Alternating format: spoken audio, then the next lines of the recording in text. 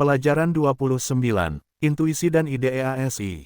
Daya tanggap hukum yang halus, yang telah kita amati dalam bab tentang roh pribadi, menarik naluri tertinggi dalam diri kita. Itu memenuhi kita sekaligus dengan rasa syukur dan keyakinan.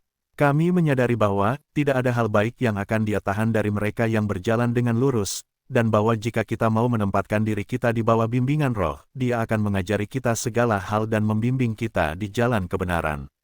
Sebab kita perlu menyadari hal ini, bahwa Allah lebih dari sekedar hukumnya, sekalipun Ia bekerja melalui hukum, dan bahwa jika Dia cukup cerdas untuk mewujudkan hal-hal yang kita doakan, Dia juga memiliki kemampuan untuk mengajari kita cara berdoa. Dengan kata lain, kita menemukan Tuhan bertindak melalui hukum sebagai pembimbing kita yang tidak terlihat, seperti yang kita catat di bagian keempat hukum di pelajaran 2. Jika hukum sangat tanggap, Ia harus menjawab kita dengan cepat sebagai jawaban atas panggilan untuk hikmat dan bimbingan seperti memberi kita hal-hal yang kita minta. Cara ini dicapai adalah dengan menganggap hukum sebagai sikap penerimaan terhadap hikmat yang kita butuhkan. Kita harus menyadari bahwa kebijaksanaan ilahi mengetahui jalan apa yang terbaik untuk kita kejar dalam keadaan tertentu, dan karena itu kita dapat berpaling padanya dengan keyakinan sempurna, sambil duduk diam-diam dalam keheningan dan membuat kesatuan sadar dengan roh semua kebijaksanaan. Sadarilah bahwa pada dasarnya, Bapa dan Aku adalah satu. Tidak ada pemisahan dalam satu kebijaksanaan ini, oleh karena itu pengetahuan tentang kebenaran ada di dalam dirimu sekarang.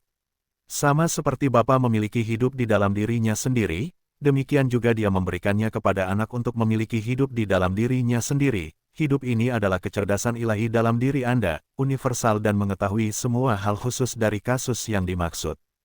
Tetapi kebijaksanaan ilahi ini tidak dapat dibedakan dari semua pengetahuan dan apa yang Anda inginkan adalah Ia akan membedakan kebijaksanaannya melalui Anda dengan penerapan khusus yang ada di tangan. Karena itu Anda mungkin berkata, kebijaksanaan tak terbatas sekarang menuntun saya dan mengarahkan saya ke jalan yang harus saya ikuti. Kemudian Anda dapat tetap diam untuk sementara waktu dan tampil dengan harapan untuk tugas-tugas sebelum Anda. Anda akan bekerja membuat keputusan berdasarkan penilaian baik Anda, mengetahui bahwa Anda tidak bisa salah, dan bahwa jika Anda berada pada titik penilaian yang salah, sesuatu akan muncul dalam diri Anda sebagai naluri untuk memberitahu Anda bahwa jalan ini salah. Itu adalah suara intuisi yang telah Anda panggil. Perhatikan dan teruskan tanpa rasa takut di sepanjang jalan yang akan ditunjukkan kepadamu. Disinilah spiritualitas sejati akan diperhitungkan. Dan yang kami maksud dengan spiritualitas adalah kesadaran akan realitas tertinggi dan kehadiran roh, perasaan mendalam tentang penyatuan pikiran Anda sendiri dengan yang ilahi. Ini adalah kualitas yang dikembangkan melalui latihan. Mahasiswa psikologi dan fisiologi tahu bahwa ada pusat otak dan sistem saraf secara khusus disesuaikan dengan masuknya ide-ide murni dari alam semesta dan metode mereka untuk mencapai pikiran objektif yang dengannya kita mengenali dan bertindak atasnya. Ini dijelaskan dengan hati-hati dalam bab 14 dari Edinburgh Lectures oleh Hakim Troward dan siswa dapat membaca bab itu secara menguntungkan. Poin yang ingin saya jelaskan adalah bahwa jika kita bergantung pada intuisi, kita harus mengikuti hukum intuisi dan menempatkan diri kita dalam keselarasan tertinggi dengan roh. Seperti spirit, di atas segalanya. Perasaan, kita akan menemukan bahwa intuisi kita sebagian besar adalah masalah perasaan, namun setelah beberapa waktu kita dapat menindaklanjutinya dengan pasti karena kesannya akan cukup dalam untuk membentuk panduan yang pasti bagi kita.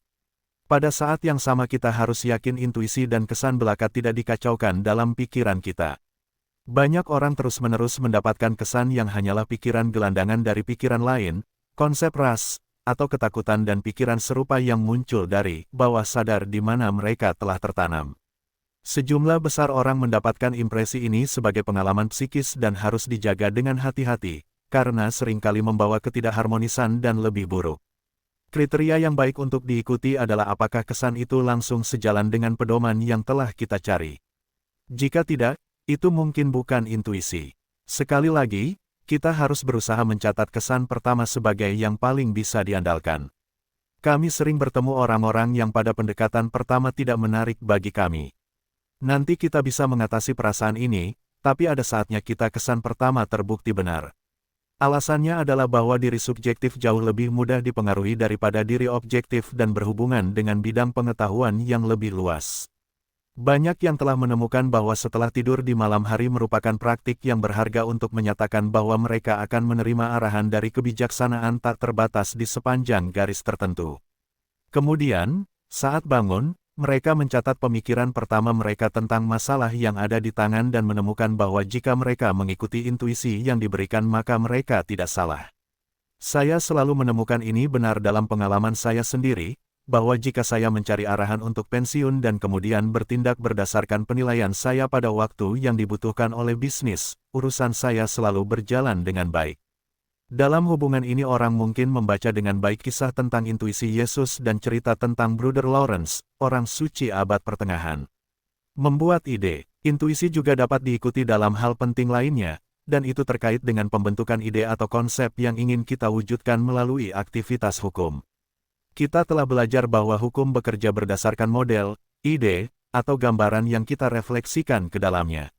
Sekarang sering terjadi bahwa ide-ide kita mungkin terbatas dan pemahaman kita tentang hal-hal yang perlu atau berguna untuk kita lakukan atau miliki, pada waktu tertentu mungkin terlalu tidak aman bagi kita untuk membentuknya menjadi bentuk mental.